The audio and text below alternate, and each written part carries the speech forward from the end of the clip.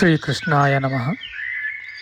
ವಸುದೇವಸುತಂ ದೇವಂ ಕಂಸಚಾಣೂರಮರ್ದನಂ ದೇವಕೀ ಪರಮಾನಂದಂ ಕೃಷ್ಣಂ ವಂದೇ ಜಗದ್ಗುರುಂ.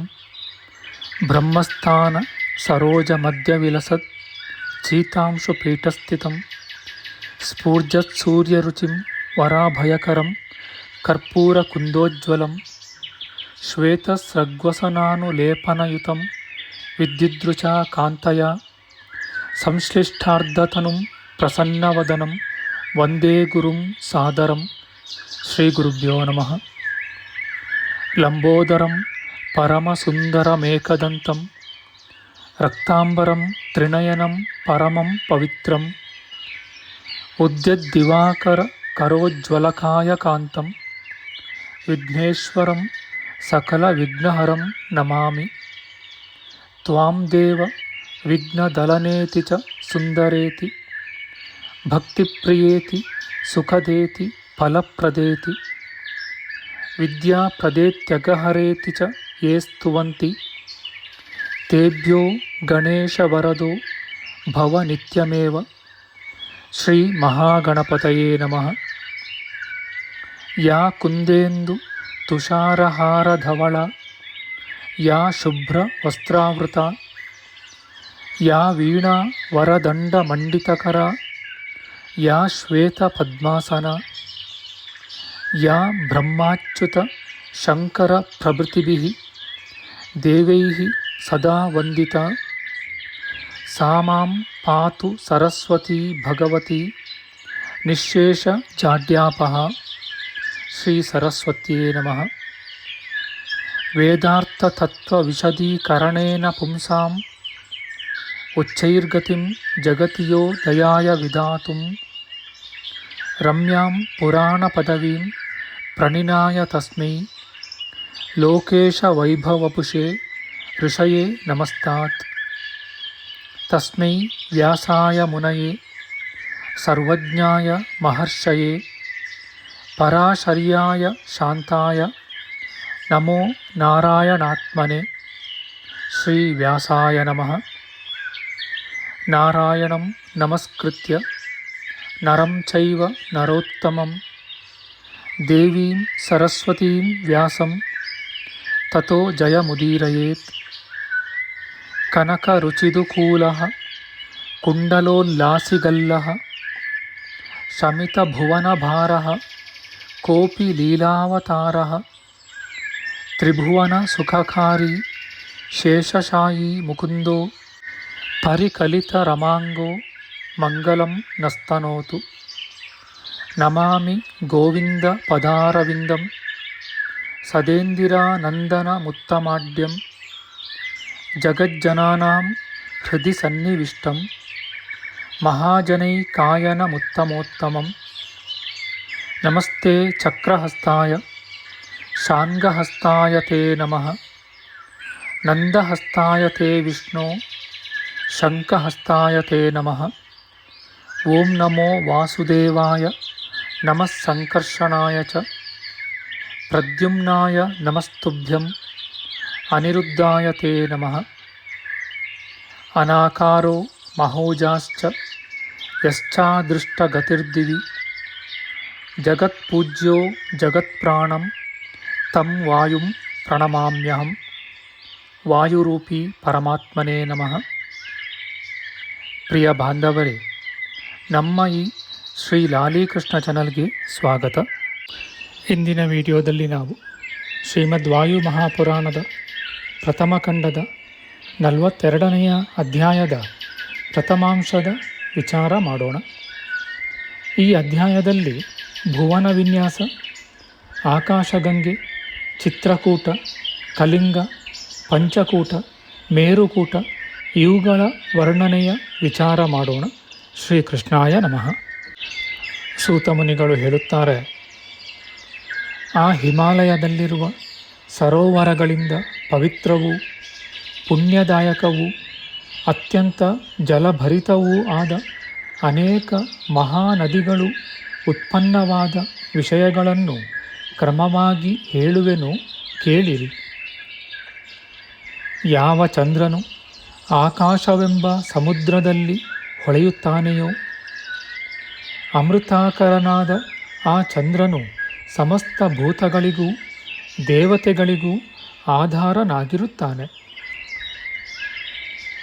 ಆ ಚಂದ್ರಮಂಡಲದಿಂದ ಉತ್ಪನ್ನವೂ ಪವಿತ್ರವಾದ ಉದಕ ಉಳ್ಳದ್ದೂ ಆಕಾಶಗಾಮಿಯೂ ಆದ ಆ ನದಿಯು 7ನೆಯ ವಾಯುಮಾರ್ಗದಿಂದ ಹೊರಟು ಸ್ವಚ್ಛವಾದ ಜಲದಿಂದ ಕೂಡಿ ಜ್ಯೋತಿರ್ಮಂಡಲದಲ್ಲಿ ಹರಿದು ಜ್ಯೋತಿರ್ಗಣದಿಂದ ಸೇವಿತವಾಗಿ ಅಸಂಖ್ಯಾತವಾದ ನಕ್ಷತ್ರಗಳಿರುವ ಆಕಾಶದಲ್ಲಿ ಸಂಚರಿಸುವುದು. ಆಕಾಶದಲ್ಲಿ ಸಂಚರಿಸುವ ದೇವೇಂದ್ರನ ಐರಾವತವು ಆ ದೇವಗಂಗೆಯಲ್ಲಿ ವಿಹರಿಸಿ ಆ ಜಲವನ್ನು ಅಲ್ಲೋಲ ಕಲ್ಲೋಲವನ್ನಾಗಿ ಮಾಡುತ್ತದೆ. ಆಕಾಶವನ್ನು ಪ್ರಕಾಶಗೊಳಿಸುವ ಅನೇಕ ವಿಮಾನಗಳಲ್ಲಿ ಸಂಚರಿಸುವ ಸಿದ್ಧರೇ ಮೊದಲಾದ ದೇವತೆಗಳು ಮಂಗಳಕರವೂ ಪವಿತ್ರವೂ ಆದ ದಿವ್ಯ ನದಿಯಲ್ಲಿ ಸ್ನಾನ ಪಾನಾದಿಗಳನ್ನು ಮಾಡುವರು. ಆ ಆಕಾಶಗಂಗೆಯು ವಾಯುವಿನಿಂದ ಪ್ರೇರಿತವಾಗಿ ಅನೇಕ ರೂಪವಾಗಿ ಹರಿದು ಪ್ರತಿದಿನದಲ್ಲಿಯೂ ಉದಯಿಸುವ ಸೂರ್ಯನಂತೆ ಹೊಳೆಯುವುದು.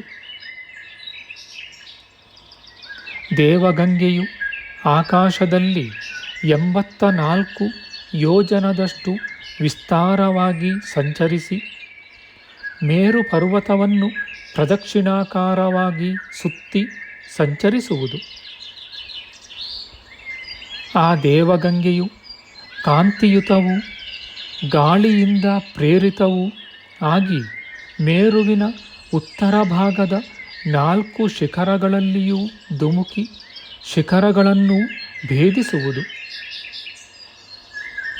ತರುವಾಯ ದೇವನದಿಯು ಆ ಮೇರುಗಿರಿಯ 4 ಶಿಖರಗಳಲ್ಲಿ ಧುಮುಕಿ ಉತ್ತಮವಾದ ಶಿಖರಗಳ ಮಧ್ಯದಲ್ಲಿ ಹೊರಟು ಹರಡಿದ ಜಲ ಸಮೇತವಾಗಿ 4 ಭಾಗವಾಗಿ ಹರಿಯುವುದು. ಮಹಾಭಾಗ್ಯವಂತಳಾದ ಆ ಗಂಗಾದೇವಿಯು ನಿರಾಶ್ರಯವಾದ ಆಕಾಶದಲ್ಲಿ ಸಂಚರಿಸುತ್ತಾ 60,000 ಯೋಜನದಷ್ಟು ಎತ್ತರದಿಂದ ಆ ಮಹಾಮೇರುವಿನ 4 ದಿಕ್ಕುಗಳಲ್ಲಿಯೂ ಧುಮುಕಿದಳು. ಆ ಮಹಾನದಿಯು ಮೇರುವಿನ 4 ಪಾದಗಳಲ್ಲಿಯೂ ಮೆರೆಯುತ್ತಾ ಸಂಚರಿಸಿ ಮಂದರಗಿರಿಯ ಪೂರ್ವ ಭಾಗದಲ್ಲಿ ಬಿದ್ದು ಹರಿಯುವುದು. ಹೀಗೆ ಆ ಗಂಗಾನದಿಯು ಪೂರ್ವ ಭಾಗದಿಂದ ಹೊರಟು ದೇವತೆಗಳ ಸಕಲ ಇಷ್ಟಾರ್ಥಗಳಿಗೂ ಆಶ್ರಯವೂ ಸುವರ್ಣದಿಂದ ವಿಚಿತ್ರವೂ ಆದ ನಿತಂಬ ಪ್ರದೇಶವುಳ್ಳ ಅನೇಕ ಗಿರಿ ನದಿಗಳಿಂದ ಪೂರ್ಣವಾದ ಕಂದಕಗಳುಳ್ಳ ಮಂದರಗಿರಿಯನ್ನು ನೆನೆಸುತ್ತಲೂ ತನ್ನ ವೇಗದಿಂದ ಸ್ಫಟಿಕ ಶಿಲೆಗಳನ್ನು ಕೀಳುತ್ತಲೂ ಅದರಂತೆಯೇ ರಮ್ಯವಾದ ಚೈತ್ರ ರಥವನ್ನು ಸುತ್ತಿ ಅದನ್ನೂ ನೆನೆಸಿ ಅಲ್ಲಿಂದ ಹೊರಟು ಅರುಣೋದ ಸರೋವರವನ್ನು ಪ್ರವೇಶಿಸಿದಳು. ಮಹಾನದಿಯಾದ ಗಂಗೆಯು ಆ ಅರುಣೋದ ಸರಸ್ಸಿನಿಂದ ಹೊರಟು ಅನೇಕ ಸಿದ್ಧರೇ ಮೊದಲಾದವರಿಂದ ಸೇವಿತವೂ ಅನೇಕ ಗಿರಿ ನದಿಗಳಿಗೆ ಆಶ್ರಯವೂ ಆದ ಸೀತಾಂತ ನಾಮಕವಾದ ಪರ್ವತದಲ್ಲಿ ಧುಮುಕಿ ಮಂದಗಾಮಿನಿಯಾಗುವುದು.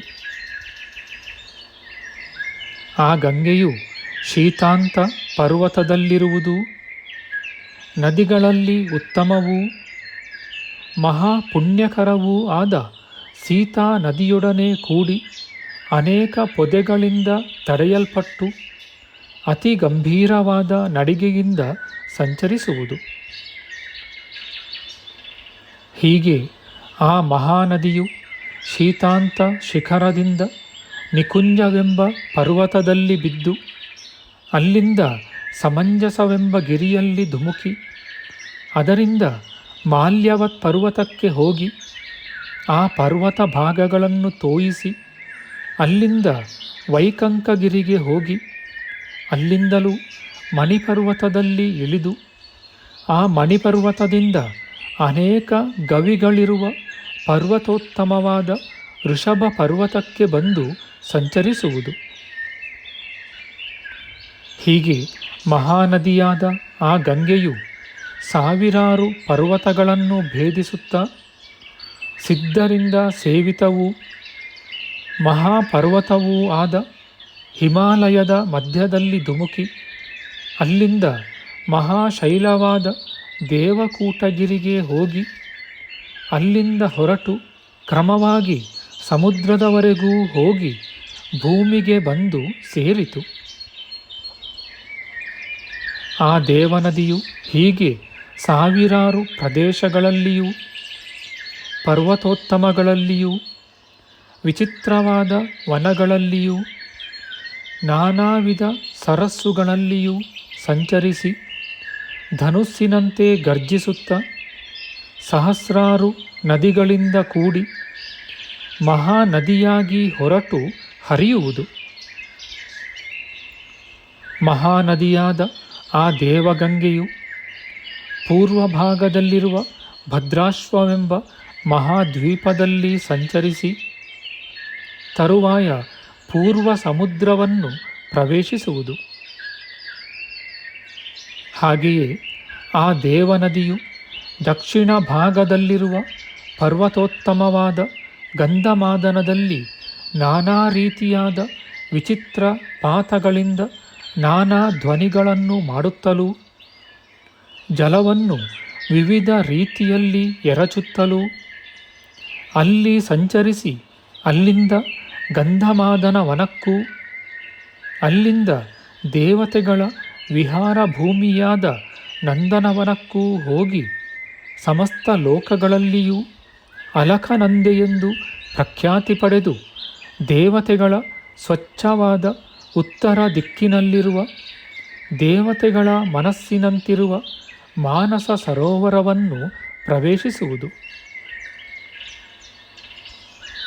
ಆ ದೇವನದಿಯು ಮಾನಸ ಸರಸ್ಸಿನಿಂದ ಹೊರಟು ಪರ್ವತೋತ್ತಮವೂ ರಮ್ಯವೂ ಆದ ತ್ರಿಕೂಟಗಿರಿಗೆ ಹೋಗಿ ಅಲ್ಲಿಂದ ಕಲಿಂಗ ಪರ್ವತದ ಶಿಖರದಲ್ಲಿ ಧುಮುಕಿ ಆ ಕಲಿಂಗ ಶಿಖರದಿಂದ ರುಚಿಕಗಿರಿಗೆ ಹೋಗಿ ಅಲ್ಲಿಂದ ನಿಷದಗಿರಿಗೂ ಅಲ್ಲಿಂದ ತಾಮ್ರಾಭಗಿರಿಗೂ ಆ ಗಿರಿಯ ಶಿಖರದಿಂದ ಶ್ವೇತೋದರ ಗಿರಿಯಲ್ಲಿ ಧುಮುಕಿ ಅಲ್ಲಿಂದ ಹೊರಟು ಸುಮೂಲ ಶೈಲದಲ್ಲಿಯೂ ವಸುಧಾರಗಿರಿಯಲ್ಲಿಯೂ ಹರಿಯುವುದು.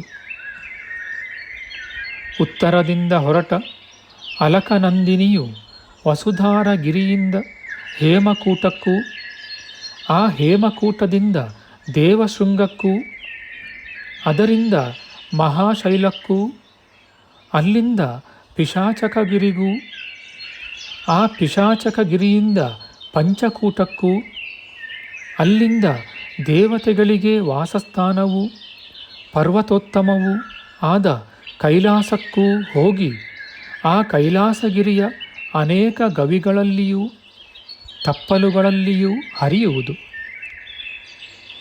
ಅಲ್ಲಿಂದ ಹೊರಟು ಪರ್ವತೋತ್ತಮವಾದ ಹಿಮಾಲಯದಲ್ಲಿ ಧುಮುಕುವುದು. ಹೀಗೆ ಮಹಾನದಿಯಾದ ಅಲಕನಂದೆಯು ಸಹಸ್ರಾರು ಪರ್ವತಗಳಲ್ಲಿ ಸಂಚರಿಸಿ ನಾನಾ ಸ್ಥಳಗಳನ್ನು ಮುಳುಗಿಸಿ ಸಾವಿರಾರು ವನಗಳಲ್ಲಿಯೂ ನೂರಾರು ಗುಹೆಗಳಲ್ಲಿಯೂ ಪ್ರವೇಶಿಸಿ ಅನೇಕಾಶ್ರಮಗಳನ್ನು ನೆನೆಸುತ್ತಾ ದಕ್ಷಿಣ ಸಮುದ್ರವನ್ನು ಸೇರುವುದು.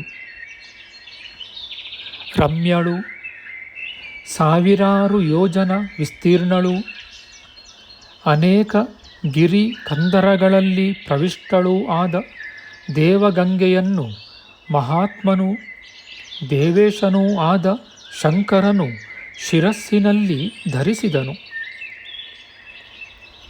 ಎಲೆ ಮುನೀಶ್ವರರೇ, ಹೀಗೆ ಸ್ವತಃ ಪರಿಶುದ್ಧಳೂ ಘೋರ ಪಾಪನಾಶಕಳೂ ಆದ ದೇವಗಂಗೆಯು ಸುಖಪ್ರದನಾದ ಮಹಾದೇವನ ಅಂಗ ಸಂಪರ್ಕದಿಂದ ಅತ್ಯಂತ ಪರಿಶುದ್ಧಳೂ ಆಗಿ ಸರ್ವಲೋಕದಲ್ಲಿಯೂ ಪ್ರಖ್ಯಾತಳಾಗಿರುವಳು.